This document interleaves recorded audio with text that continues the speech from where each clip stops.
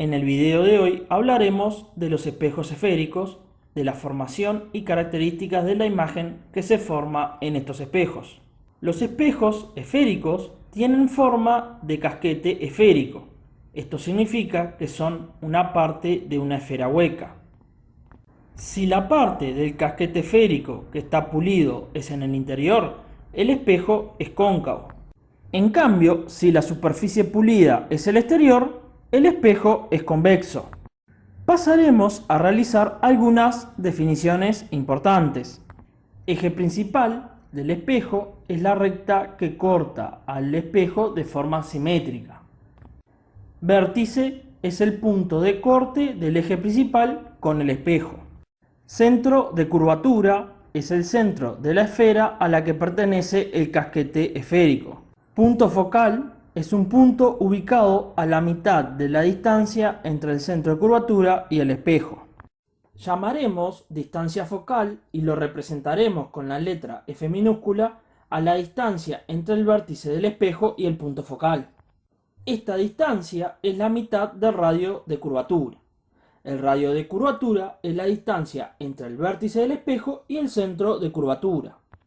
Pasaremos a clasificar a los espejos en espejos convergentes.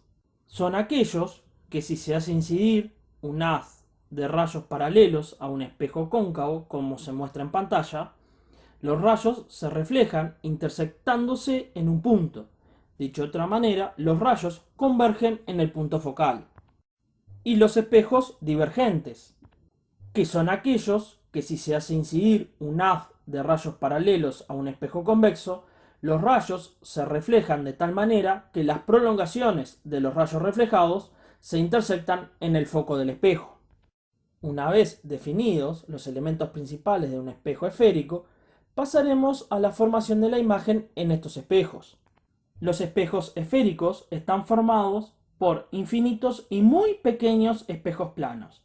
Por lo tanto, podemos considerar que cada punto del espejo esférico pertenece a un espejo plano, siendo la tangente de dicho punto.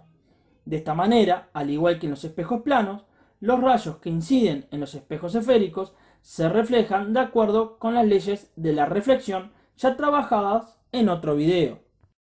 Para explicar cómo se forma la imagen en un espejo cóncavo, aplicaremos las leyes de la reflexión para definir tres rayos en particular, que llamaremos rayos principales. Comencemos con el primer rayo principal, un rayo incidiendo de forma paralela al eje principal. Para averiguar cómo se refleja, debemos aplicar la segunda ley de reflexión.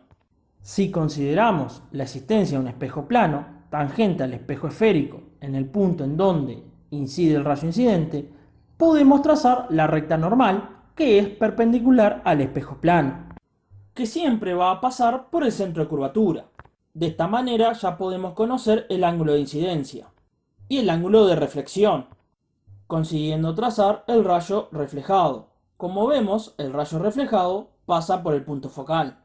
Llegamos a la conclusión que si un rayo incide paralelo al eje principal de un espejo cóncavo, este se refleja pasando por el foco. Pasemos al siguiente rayo principal, un rayo que incide en un espejo cóncavo pasando por el foco. Como se hizo para el primer rayo principal, aplicaremos el mismo procedimiento. En el punto de incidencia supondremos un espejo plano, tracemos la recta normal, medimos el ángulo de incidencia, sabiendo que el ángulo de reflexión es igual al ángulo de incidencia, dibujamos el ángulo de reflexión y por último trazamos el rayo reflejado. Como podemos observar, el rayo reflejado es paralelo al eje principal. Llegamos a la conclusión que si un rayo incide pasando por el foco de un espejo cóncavo, este se refleja paralelo al eje principal. El último rayo principal es el que incide pasando por el centro de curvatura. Si aplicamos el procedimiento anterior, suponiendo en el punto de incidencia un espejo plano, trazamos la recta normal, pero aquí podemos observar que la recta normal y el rayo incidente coinciden. Por lo tanto, el ángulo de incidencia y el ángulo de reflexión valen 0 grados.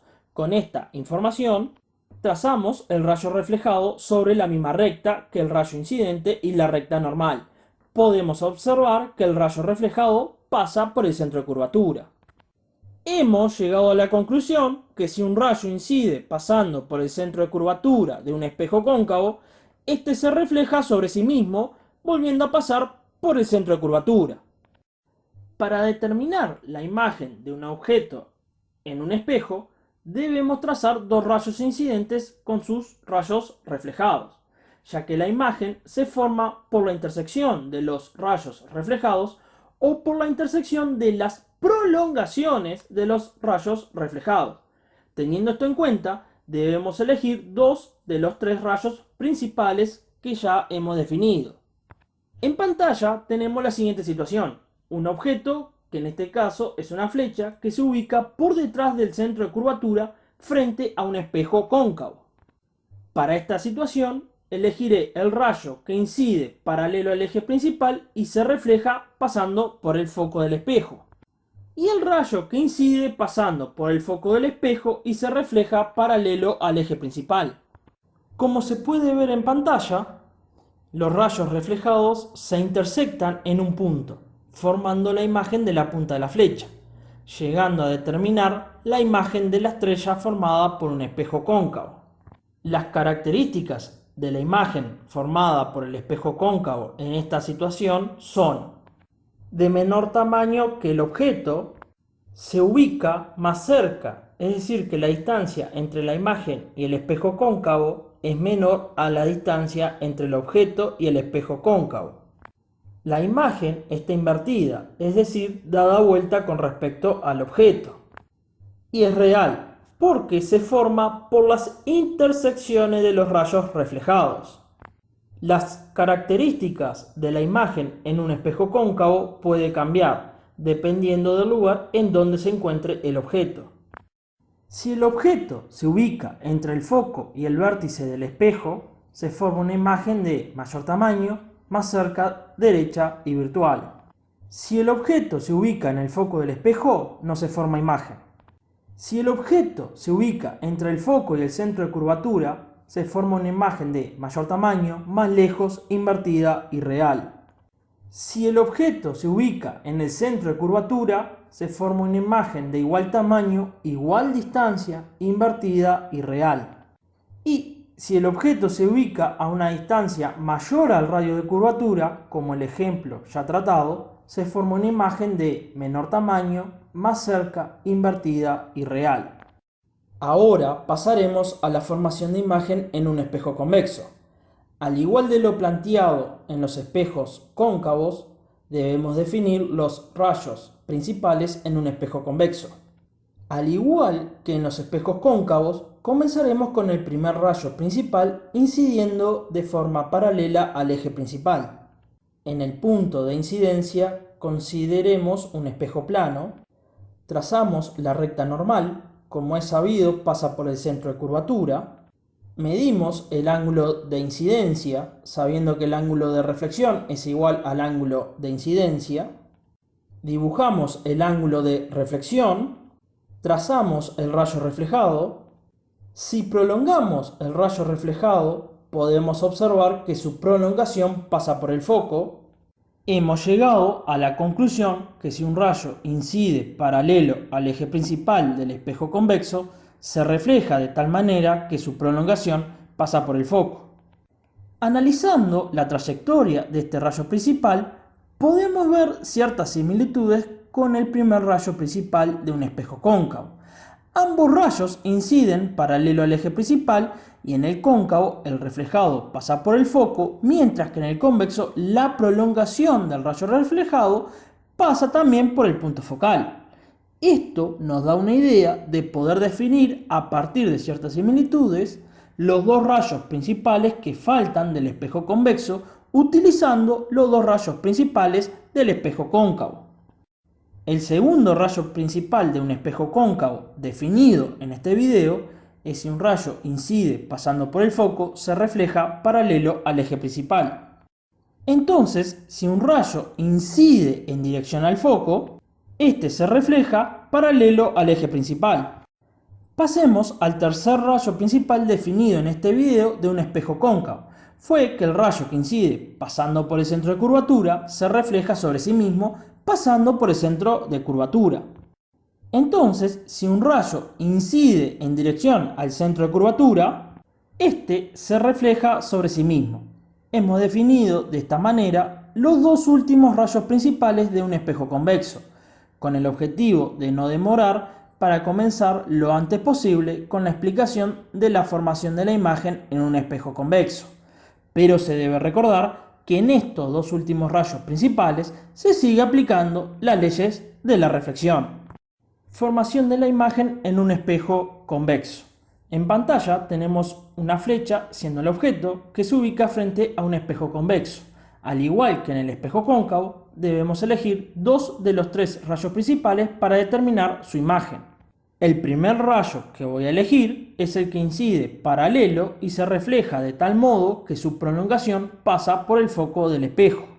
Y el segundo rayo es el que incide en dirección al foco y se refleja paralelo al eje principal. Si observamos bien, vemos que los rayos reflejados no se intersectan, por lo tanto no se va a formar una imagen real. Pero si prolongamos los rayos reflejados, tenemos que las prolongaciones de los rayos reflejados sí se intersectan, generando una imagen virtual. Las características de la imagen en este caso son de menor tamaño que el objeto, está más cerca, es decir, que la distancia de la imagen al espejo es menor a la distancia entre el objeto y el espejo, está derecha con respecto al objeto y es virtual, porque se forma por la intersección de las prolongaciones de los rayos reflejados. A diferencia de los espejos cóncavos, los espejos convexos siempre generan una imagen más chica, más cerca, derecha y virtual. En este video se explicó la obtención de las imágenes mediante el método gráfico, aunque existe otra forma de obtener las características de la imagen mediante ecuaciones, utilizando el método analítico, que no lo abordaremos en esta oportunidad. De esta manera hemos llegado al final del video, esperando que se haya entendido. Hasta la próxima.